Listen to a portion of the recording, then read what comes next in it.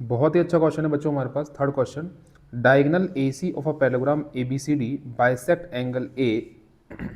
क्या कह रहा है कि ए बी सी डी, सबसे पहले गिवन क्या है, A B C D is a parallelogram, ये गिवन है आपको।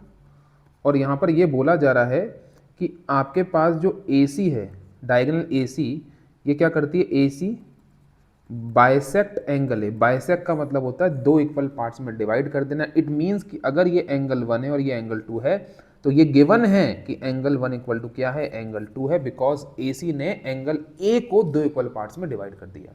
तो एंगल 1 इक्वल टू एंगल 2, ये this is given. And first part हमको यहाँ पर ये प्रूव करना है कि एंगल सी, ए सी एंगल सी को भी बाइसेक्ट करती है। इट मीन्स कि अगर हम ये दो एंगल्स बना दें 3 और 4, तो हमारा जो पहला 2 प्रूव आ जाएगा। ठीक है, फर्स्ट पार्ट में वो लेके आना है कि 3 इक्वल टू क्या है सर, 4, ये हमको लेके आना है। तो सबसे पहला काम मैं करता हूँ, फिगर को कॉपी कर लेता हूँ। ठीक है, जिससे हम लोगों को नीचे बार बार इसको बनाना ना पड़े। ठीक है ना। तो हमारे पास क्या है, A B C D is a parallelogram, और हमको क्या लाना है कि 3 इक्वल टू 4 होना चाहिए। आई होप आप लोगों को क्लियर हो गया इतना। तो कैसे करेंगे सर, तो अगेन हम वो कॉन्ग्रुएंसी क्राइटेरिया यूज करेंगे। हम क्या करेंगे, ट्राइंगल ए डी सी, ठीक है, and triangle A B C, इन दोनों ट्राइंगल को हम लोग कॉन्ग्रुएंट बना देंगे। ए डी सी और ए बी सी को कॉन्ग्रुएंट कैसे बना देंगे भाई, सबसे पहले हम लोगों को ये तो गिवन ही है कि एंगल 1 इक्वल टू क्या है सर, एंगल 2 है। ठीक है ना। उसके बाद मेरे पास, मुझे ये पता है कि जो ए बी है ट्राइंगल ए डी सी के अंदर, जो सी डी है, और ट्राइंगल ए बी सी के अंदर जो मेरा ए बी है, वो कैसा है सर, इक्वल है, because in a parallelogram opposite sides are equal. समझ में आ रही बात। उसके बाद class, this angle equal to this angle, because in a parallelogram opposite angles are equal. तो angle A D C equal हो जाता है एंगल ए बी सी के, because in a parallelogram opposite angles are equal. तो अगर आप ध्यान से देखेंगे तो क्या हो गया, angle two A, angle side A B, this is S, again this is, तो ए एस ए क्राइटेरिया लिखना इंपॉर्टेंट है। तो triangle A D C congruent हो जाता है ट्राइंगल ए बी सी के, by what, by A S A, angle side angle criteria.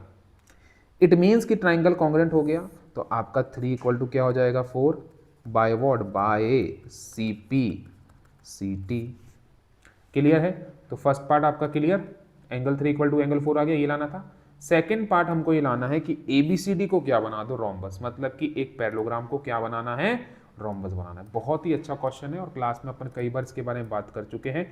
किसी भी पैरेललोग्राम को, किसी भी पैरेललोग्राम को अगर रोम्बस बनाना है, किसी भी पैरेललोग्राम को क्या बनाना है, रोम्बस बनाना है, तो क्या करना पड़ेगा सर, तो हम लोगों को कोई भी कॉन्जिक्यूटिव साइड इक्वल लिया है, मतलब या तो A B equal to B C लिया है तो हो जाएगा, या B C equal to C D लिया है तो भी हो जाएगा, या C D equal to A D लिया है तो भी हो जाएगा, या A D equal to A B लिया है तो भी हो जाएगा। देखिए, पैरेललोग्राम से रेक्टेंगल जाना पड़ता है तो एक इंटरएंगल लाइन लाना पड़ता है, और पैरेललोग्राम से अगर रोम्बस जाना है तो कोई भी कॉन्जिक्यूटिव साइड हमको इक्वल आनी, क्योंकि अपोजिट तो इक्वल है, तो चारों साइड्स इक्वल हो जाएंगी, और जब चारों इक्वल हो जाएंगी तो फिगर आपका रोम्बस बन जाएगा। क्लियर है इतना सब लोगों को। नाउ तो चारों साइड्स को हम लोगों को इक्वल लाना है।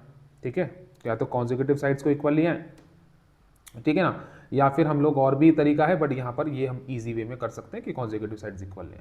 नाउ अब बच्चों, यहाँ पर जो एंगल 1 है, एंगल 2 है, 3 है, 4 है, जो हमको दे रखा है, जो दिख रहा है तुम लोगों को, यहाँ पर आपको ये पता है ना सब लोगों को कि sir angle 1 equal to angle 2 है। बोले हाँ सर, ये तो गिवन है। एंगल 3 इक्वल टू 4 है, हाँ सर ये मैं लेके आ चुका हूँ, ये मैंने प्रूव कर दिया। अच्छा बच्चों, अब अगर मैं तुम लोगों से ये बोलूँ कि एंगल 2 इक्वल टू एंगल 3 है, तो क्या गलत हो गया क्या?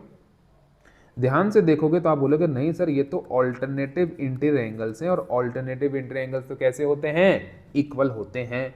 तो अगर आपने ये चीज़ कर लिया, आपने बहुत बड़ी चीज़ क्रैक कर ली। क्या क्रैक कर ली sir? Angle 1 equal to angle 2 है, 3 इक्वल टू 4 है, और 2 इक्वल टू 3 है। तो अगर ध्यान से देखा जाए तो हम ये कह सकते हैं, फिगर में एक बार वापस से कॉपी, ठीक है ना। अब फिगर को देखो, ये देखो, एंगल 1 इक्वल टू एंगल 2 है, 3 इक्वल टू 4 है, और 2 इक्वल टू 3। इन तीनों को ध्यान से देखें तो क्या मैं बोल सकता हूँ कि sir angle 2 equal to angle 4 आ चुका है? ध्यान से देख लीजिए आप, 1 इक्वल टू 2 हो गया, ठीक है ना, 1 इक्वल टू 2 ये दोनों इक्वल, 3 इक्वल टू 4 ये दोनों इक्वल, और आपने क्या बोला कि 2 इक्वल टू 3 है, मतलब 2 और 3 भी इक्वल है। इट मीन्स ये चारों ही एंगल एक दूसरे के क्या हो चुके हैं अब इक्वल, तो मैंने क्या बोला 2 इक्वल टू 4 हो गया। तो सर इससे क्या हो गया 2 इक्वल टू 4, अरे बहुत कुछ हो गया। फिगर को ध्यान से देखो, फिगर में हमने देखा अगर मैं ट्राइंगल एबीसी की बात करता हूं, ट्राइंगल एबीसी की बात करता हूं तो ट्राइंगल एबीसी में 2 भी आता है और 4 भी आता है, और दोनों ही कैसे हैं आपके पास इक्वल।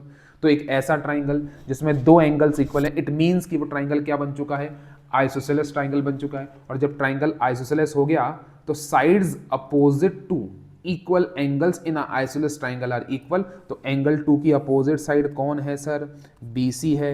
एंगल 4 की अपोजिट साइड कौन है सर, AB है। तो BC इक्वल टू क्या आ गया, AB। अरे सर ये तो कॉन्जिक्यूटिव साइड हो गई। तो एक ऐसा पैलोग्राम है जिसमें कॉन्जिक्यूटिव साइड्स इक्वल आ रही, इट मींस कि पैलोग्राम क्या बन चुका है, रोम्बस बन चुका है। तो यहाँ पर कुछ लिखना पड़ेगा। सबसे पहले तो यहाँ पर आप लिखोगे जो लाइन कह रहा हूँ, in isosceles triangle sides opposite to equal sides are, sides opposite to equal angles are equal, ठीक है। तो BC इक्वल टू AB आ गया। अच्छा, जब BC इक्वल टू AB आ गया तो हम बोल सकते हैं hence ABCD is a rhombus.